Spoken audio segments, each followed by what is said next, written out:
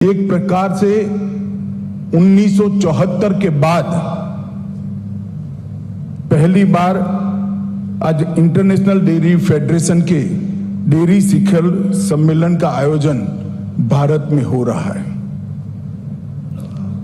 मैं एक दृष्टि से बैठे बैठे यही सोच रहा था, 74 में 74 में दूध उत्पादन में विश्व में भारत कहां खड़ा था और 2022 में हम आत्मनिर्भर होकर निर्यातक होकर दुनिया के सामने खड़े हैं। तो 74 से 22 का एक कालखंड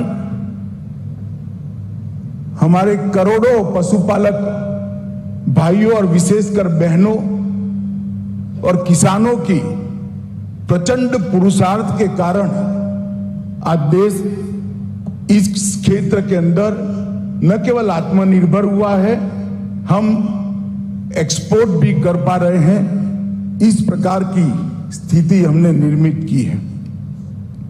लाखों छोटे और सीमांत डेयरी किसानों के योगदान से आज भारत विश्व में सबसे बड़ा दूध उत्पादक देश बनकर गौरव के साथ खड़ा है।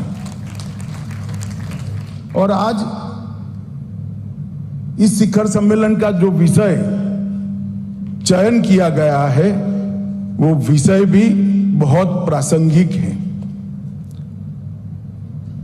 मैं इस पर थोड़ा बाद में आऊंगा, परंतु मैं एक बात, क्योंकि आज यहां कोऑपरेटिव की चर्चा हो रही है, ये जरूर कहना चाहता हूं कि 2014 से 2022 के 8 साल के कालखंड के अंदर विश्व की अर्थव्यवस्थाओं की प्रतिस्पर्धा में भारत 11वें नंबर से 5वें नंबर की छलांग लगाकर आज यहां पर खुला है।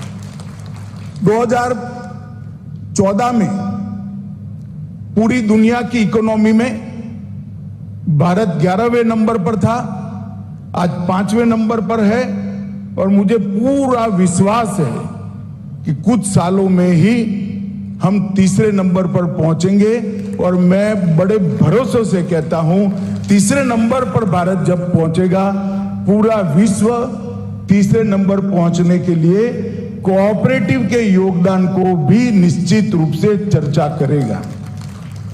मोदी जी ने सहकारिता मंत्रालय जो बनाया, इसके पीछे उनका उद्देश्य यही है कि सहकारिता के माध्यम से देश के 70 करोड़ लोग जो आज भी गरीबी में जी रहे हैं, वो अपने पास बहुत कम पूंजी है, वो पूंजी को लगाते लगाते कोऑपरेटिव बनाकर देश के अर्थतंत्र में अपना योगदान भी करे और सम्मान के साथ अपने गांव और खुद का विकास कर भारत के विकास में, भारत के अर्थतंत्र के अंदर अपना योगदान करें। और आज जब शिखर सम्मेलन का विषय डेयरी क्षेत्र के लिए सहकारी संस्थाओं की प्रासंगिकता पर रखा है, तब मैं जरूर कहना चाहूंगा कि आज भारत में सबसे ज्यादा प्रासंगिकता अगर कोई एक क्षेत्र की है तो डेयरी क्षेत्र में कोऑपरेटिव इंस्टीट्यूशन की है। मित्रों, इस बार के शिखर सम्मेलन में लगभग 1500 प्रतिभागियों यहां आने वाले हैं। 300 से ज्यादा विदेश के मेहमान भी आए हुए हैं और अनेक उद्देश्यों से ये जो सम्मेलन है वो विश्व के अंदर डेयरी क्षेत्र में आने वाले समय में टेक्नोलॉजी क्या क्या बढ़ाने की जरूरियात है, इसके R&D पर क्या क्या हो सकता है, कोऑपरेटिव सेक्टर को कैसे बढ़ाया जा सकता है और विश्व में दूध का उत्पादन कैसे बढ़ाया जा सकता है, इस प्रकार की अनेक विविध विषयों पर टेक्निकल सेशन भी होने वाले हैं।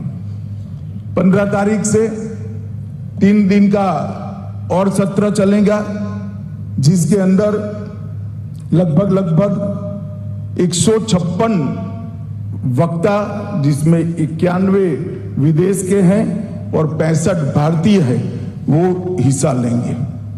मित्रों, मैं आज यहां पर डेयरी क्षेत्र के लिए सहकारिता संस्थानों की प्रासंगिकता इस विषय पर बात करने आया हूं। सहकारिता भारत में कोई नया विचार नहीं है। 120 साल से भी पुराना सहकारिता का इतिहास भारत का है और कई सारी ऐसी सहकारी संस्था हैं जो 100 साल से पुरानी है और आज भी सफलता के साथ सहकारिता के सभी सिद्धांतों के अनुरूप चल रही है। और इसमें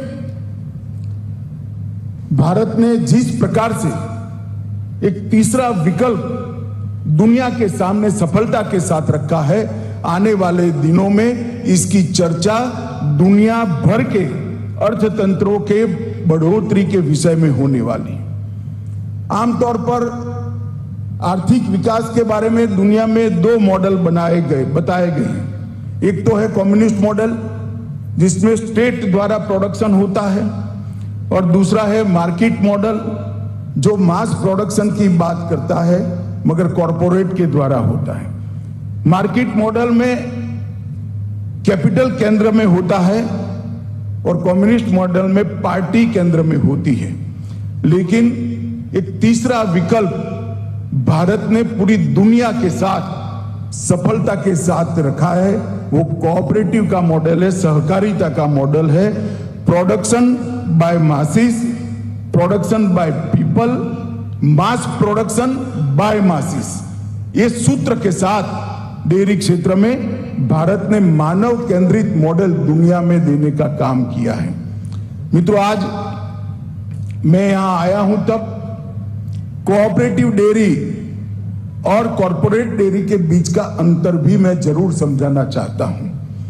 एक कॉरपोरेट डेयरी होती है तो वो दूध उत्पादन के जरिए कुछ कंपनी के शेयरधारकों और मालिकों के लिए अर्थ उपार्जन करती है और अपने देश के विकास में कंट्रीब्यूट करती है।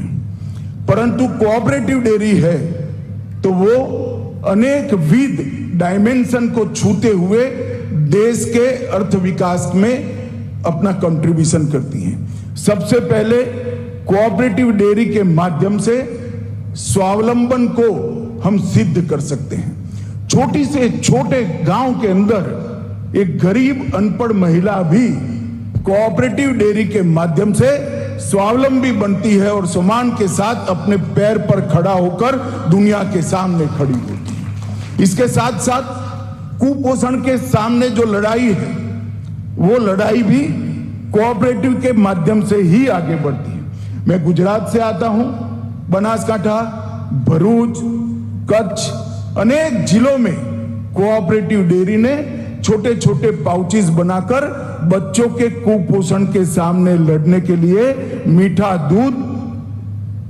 दूध में शक्कर डालकर उनके स्कूल में पहुंचाने का काम किया है, जिसके माध्यम से हम कुपोषण के सामने लड़ रहे हैं। कोऑपरेटिव डेयरी महिला सशक्तिकरण के उद्देश्य को भी सिद्ध करती है।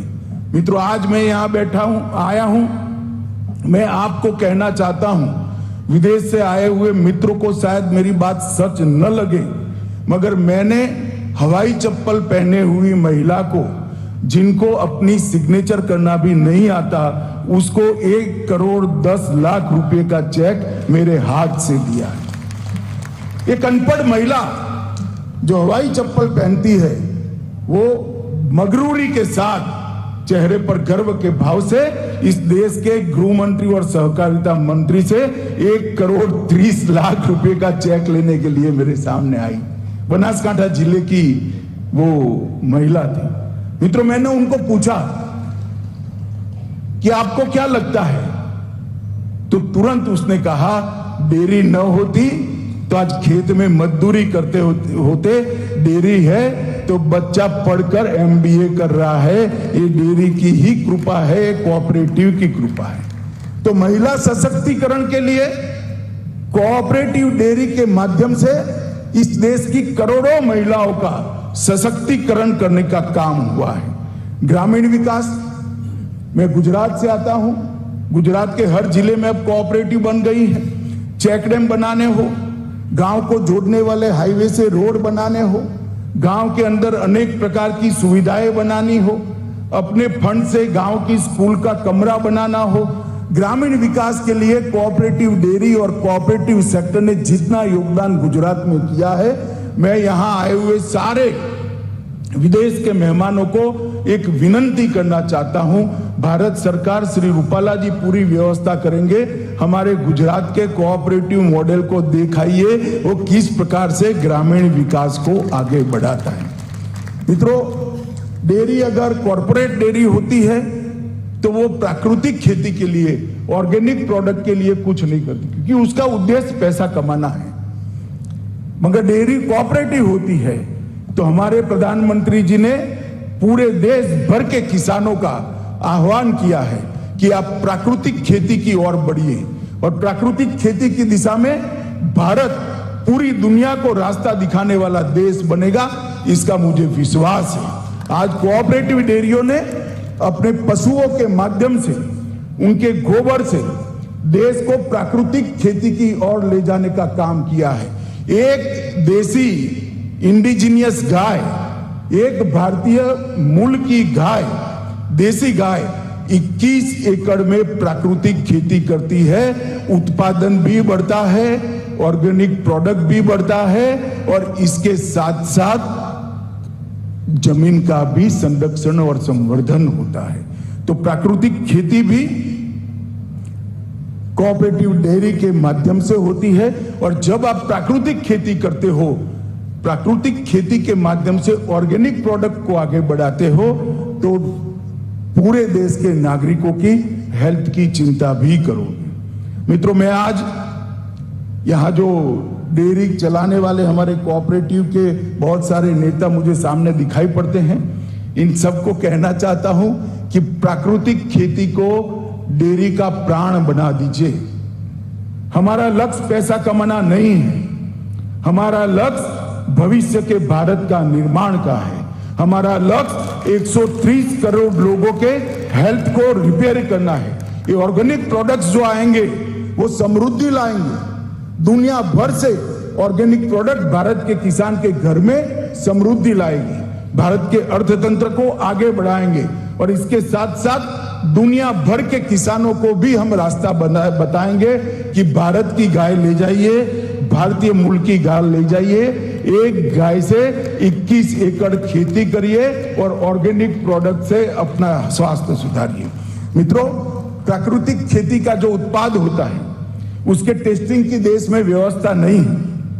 मैं आज डेयरी के सारे कर्ता धर्ताओं के सामने आया हूं, तब कहना चाहता हूं कि प्राकृतिक खेती को सर्टिफाइड करने के लिए, ऑर्गेनिक प्रोडक्ट्स को सर्टिफाई करने के लिए, उनके मार्केटिंग के लिए और उनको विदेश में एक्सपोर्ट करने के लिए हम अलग अलग 3 मल्टी स्टेट कोऑपरेटिव सोसाइटी बना रहे हैं, जो आपके ऑर्गेनिक प्रोडक्ट को विश्व के बाजार में बड़े दाम के साथ बेच कर आएगी। मित्रों, इसके टेस्टिंग की एक बहुत बड़ी श्रृंखला भी बनाने जाए। एक पायलट प्रोजेक्ट अमूल, यहां सोडी बैठे हैं, अमूल बनाने जा रहा है, और इस महीने के अंत तक ही, सितंबर के अंत तक ही इसका एक एक्सपोर्ट हाउस भी हम रजिस्टर कर रहे हैं, जो हर किसान के डेयरी के और ऑर्गेनिक प्रोडक्ट के और बाकी सारे प्रोडक्ट को भी दुनिया के बाजार में पहुंचाने का काम करेंगे।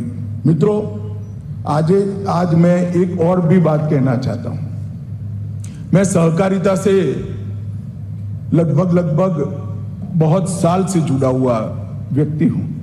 मैंने पैक्स का भी चुनाव लड़ा है, मेरे गांव की डेयरी की कमेटी में भी मैं रहा हूं। गांव से लेकर एपेक्स तक और राष्ट्रीय संस्थाओं तक मैंने सहकारिता क्षेत्र में काम किया है। मित्रों, मैं इतना ही कहना चाहता हूं, कोऑपरेटिव के माध्यम से सम विकास का जो मंत्र, सम आर्थिक विकास का, समानता के साथ करोड़ों लोगों को आगे बढ़ाने का जो मंत्र है, वो और कोई मॉडल में नहीं है। और मैं इसलिए कहता हूं कि भारत की कोऑपरेटिव डेयरी ने विश्व की सबसे बेहतरीन आपूर्ति श्रृंखला का प्रबंधन किया है। हर घर में अमूल का दूध आज सुबह पहुंच जाता है, मार्केटिंग की कोई दिक्कत नहीं है। अनेक इसके उत्पादन आज पहुंचे हैं। मित्रों, मैं विदेश के मेहमान भी आए हैं, उनको जरूर मैं कहना चाहता हूं कि अमूल भारत का एक ऐसा सक्सेस स्टोरी है कोऑपरेटिव का, जिसको दुनिया के सभी देशों ने जानना चाहिए। बेस्ट प्रैक्टिसेस का एक्सचेंज पूरी दुनिया का विकास करता है और हम भारत के लोग मानते हैं सिर्फ भारत के विकास से कुछ नहीं होने वाला, पूरे विश्व के अंदर कोऑपरेटिव बढ़नी चाहिए। पूरे विश्व के डेवलपिंग कंट्री के अंदर गरीबों का जीवन स्तर ऊपर आना चाहिए, अनडेवलप्ड देशों के अंदर भी गरीबों का स्तर ऊपर आना चाहिए। 1946 में महान त्रिभुवन दास पटेल ने अमूल की स्थापना की। लगभग 15 गांवों की एक छोटी छोटी डेयरी बनाकर दूध उत्पादन के लिए उन्होंने प्रयास किया और 2020-21 में इसका ग्रुप टर्नओवर 60,000 करोड़ रुपया से ज्यादा हो गया है। ये विकास जो है वो कोऑपरेटिव की सक्सेस स्टोरी को बयान करता है। लगभग 30 मिलियन लीटर दूध का प्रबंधन अमूल करता है और 36 लाख किसान, जिसमें से 22 लाख से ज्यादा महिलाएं हैं, ये 36 लाख किसान परिवार आज अमूल के कोऑपरेटिव के स्ट्रक्चर के अंदर जुड़े हैं। लगभग 18,565 गांव कक्षा की कोऑपरेटिव है, 18 डिस्ट्रिक्ट लेवल के कोऑपरेटिव यूनिट है और उसके ऊपर उत्पादक संघ फेडरेशन अमूल काम कर रहा है। फेडरेशन के 87 डेयरी मैन्युफैक्चरिंग प्लांट है।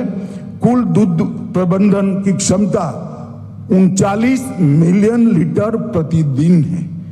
देखिए, 30 मिलियन लीटर दूध आता है और अमूल ने अभी से 39 मिलियन लीटर प्रतिदिन की क्षमता को अचीव कर दिया है। इसका मतलब है ये 30 से 39 कुछ ही समय में अमूल पहुंचने वाला है। मित्रों, वैश्विक दुग्ध उत्पादन में 21% हिस्सेदारी के साथ भारत वैश्विक डेयरी मानचिन्ह में बहुत आगे है और अमूल आज 40 देशों में अपने प्रोडक्ट्स को एक्सपोर्ट करता है। इसके साथ साथ एनडीडीबी की रचना के बाद अमूल मॉडल को समग्र देश के अंदर इसकी रिप्लिका बनाने का प्रयास किया गया।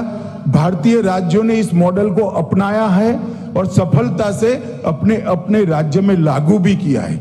मदर डेयरी, विजय, सांची, वेरका, वीटा, सुधा, पराग, नंदिनी, लगभग कई अच्छे ब्रांड दूध प्रोडक्ट के आज भारत के अंदर बने हैं, जो भारत के लोगों के स्वास्थ्य के साथ साथ उनकी आर्थिक प्रगति में भी किसानों की आगे बढ़े हैं।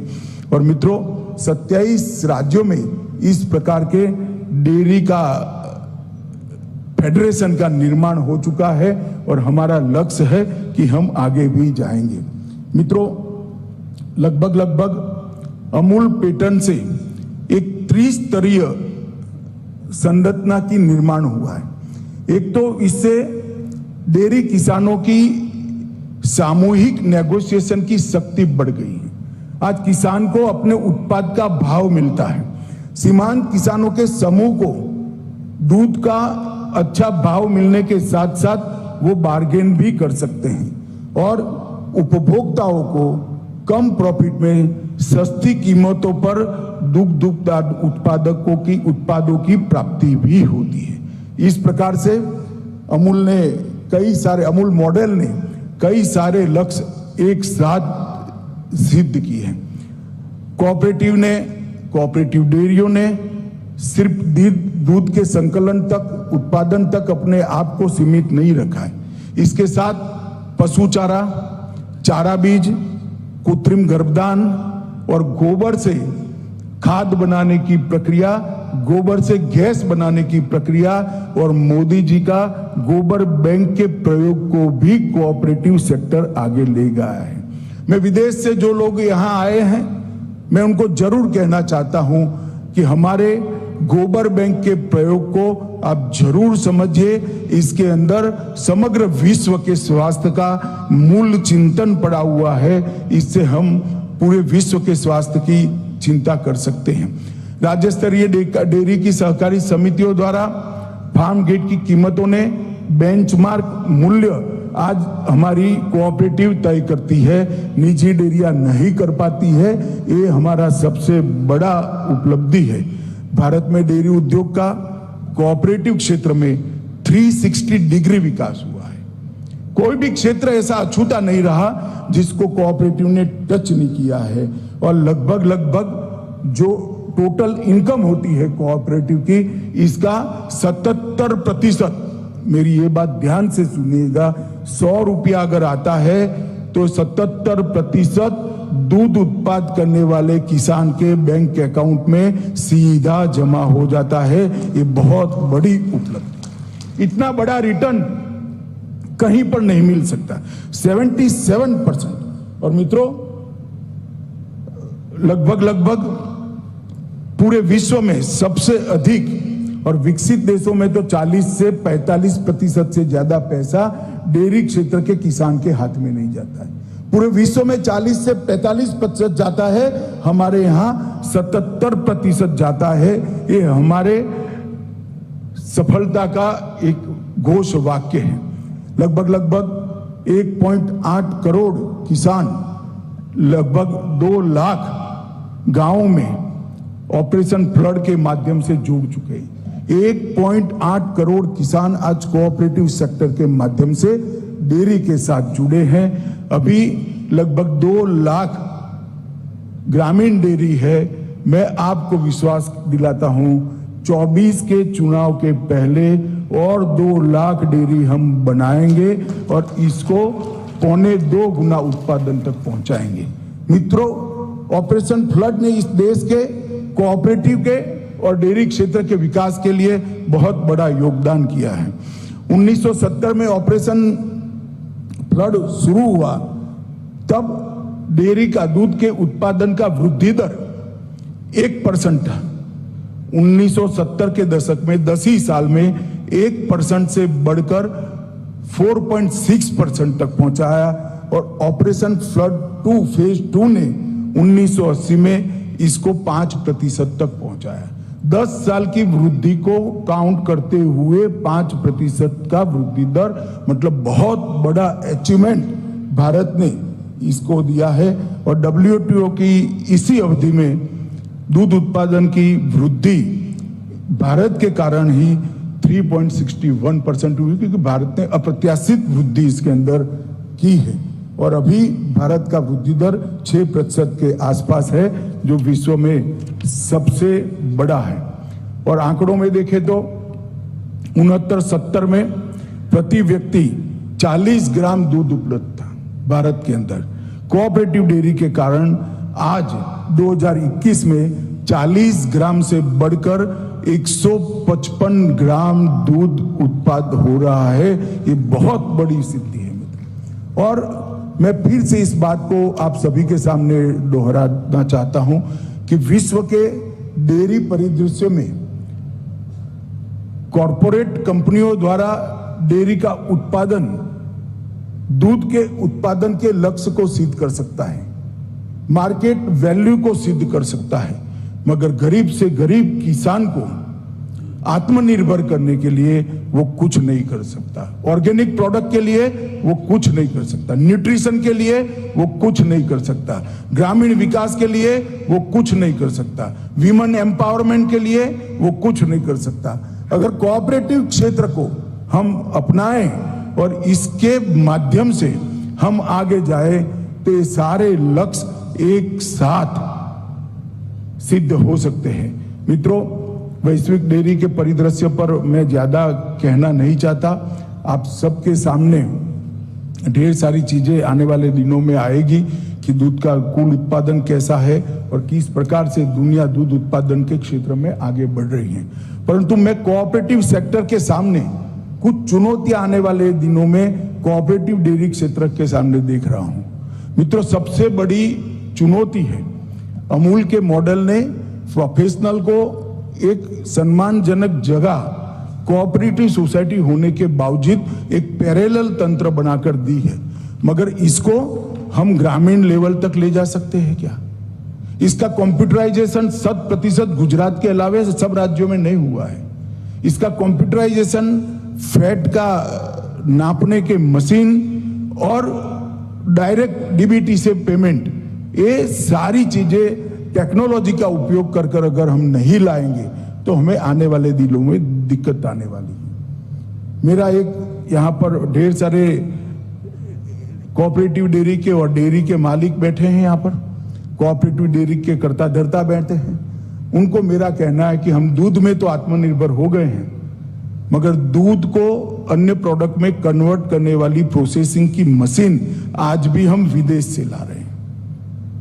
और मुझे पूरा भरोसा है अगर एनडीडीबी और अमूल साथ में मिलकर ये प्रोजेक्ट को हाथ में लेते हैं, एनसीडीसी के पास ढेर सारा रुपया पड़ा है, फाइनेंस की कोई कमी नहीं है, ये प्रोजेक्ट हम हाथ में लेते हैं तो पूरी मशीनरी के उत्पादन के अंदर भी भारत आत्मनिर्भर होकर विश्व को अपना योगदान करने के लिए। मैं ढेर सारी डेयरियों में विगत 1 साल के अंदर गया हूं, कोऑपरेटिव डेयरीज में छोटे मोटे प्रयोग स्थानीय स्तर पर बहुत सारे हुए। कल मैं अमरेली में ही जाकर आया, वहां के एमडी ने खुद का अपना एक प्रयोग कर सफल बहुत अच्छा मशीन बनाया है। क्या ये बेस्ट प्रैक्टिसेस को अमूल एक्सचेंज का प्लेटफॉर्म देकर देश की सभी डेयरियों में पहुंचा सकता है? तभी जाकर हम सम विकास करेंगे। और आज मैं यहां से पूरे देश के सभी राज्यों को भी अपील करना चाहता हूं, जिन राज्यों में पानी उपलब्ध है, जिन राज्यों में बड़ी विशाल संख्या में छोटे किसान उपलब्ध हैं, वो सब ने अविलंब डेयरी के क्षेत्र में आगे बढ़ना चाहिए और वो किसानों को आत्मनिर्भर बनाकर देश के विकास के अंदर जोड़ना चाहिए। मित्रों, एशियाई और अफ्रीकी देशों में दूध का आज भी जनसंख्या के अनुपात में कमी है। ये पूरा करने की जिम्मेदारी मैं मानता हूं भारत की है। हर गरीब देश को सस्ता दूध का प्रोडक्ट पहुंचाना भारत का लक्ष्य होना चाहिए। मोदी जी के वसुधैव कुटुंबकम के लक्ष्य को ये परिपूर्ति करेगा। 135 करोड़ से बढ़कर आने वाले 40 वर्षों में भारत की आबादी 170 करोड़ हो जाएगी। मेरा आप सभी से आग्रह है कि हमारा प्लानिंग इसके अनुरूप होना चाहिए और 2033-34 में हमारा जो एक अनुमानित आंकड़ा है नीति आयोग के अनुसार प्रतिवर्ष 330 MMT दूध का उत्पादन हम करेंगे, मगर वो कम पड़ेगा। तो 330 MMT दूध का उत्पादन जो करेंगे देश का दुनिया का 33% होगा, मगर भारत के लिए कम पड़ेगा। उसको बढ़ाने के लिए अभी से हमने आयोजन करने की जरूरत है। मित्रों, सहकारी संस्थाएं न केवल भारत बल्कि अंतर्राष्ट्रीय डेयरी मार्केट में भी अपनी भूमिका निभाने के लिए सक्षम है और मेरा आप सभी से आग्रह है कि कोऑपरेटिव डेयरी का जो कंसेप्ट बड़े जतन से त्रिभुवन भाई से लेकर आज तक हमारे कोऑपरेटिव लीडर्स ने आगे बढ़ाया है, वो कंसेप्ट को दुनिया के हर विकासशील देश और अनडेवलप्ड कंट्री दोनों देशों में पहुंचाना चाहिए, जिससे वहां के किसानों को भी फायदा हो और दुनिया न्यूट्रिशन के मामले में स्वतंत्र हो। मित्रों, अंत में मैं अंतर्राष्ट्रीय डेयरी संघ का बहुत बहुत आभार भी मानना चाहता हूं कि इन्होंने कोऑपरेटिव पर एक सेशन रखा।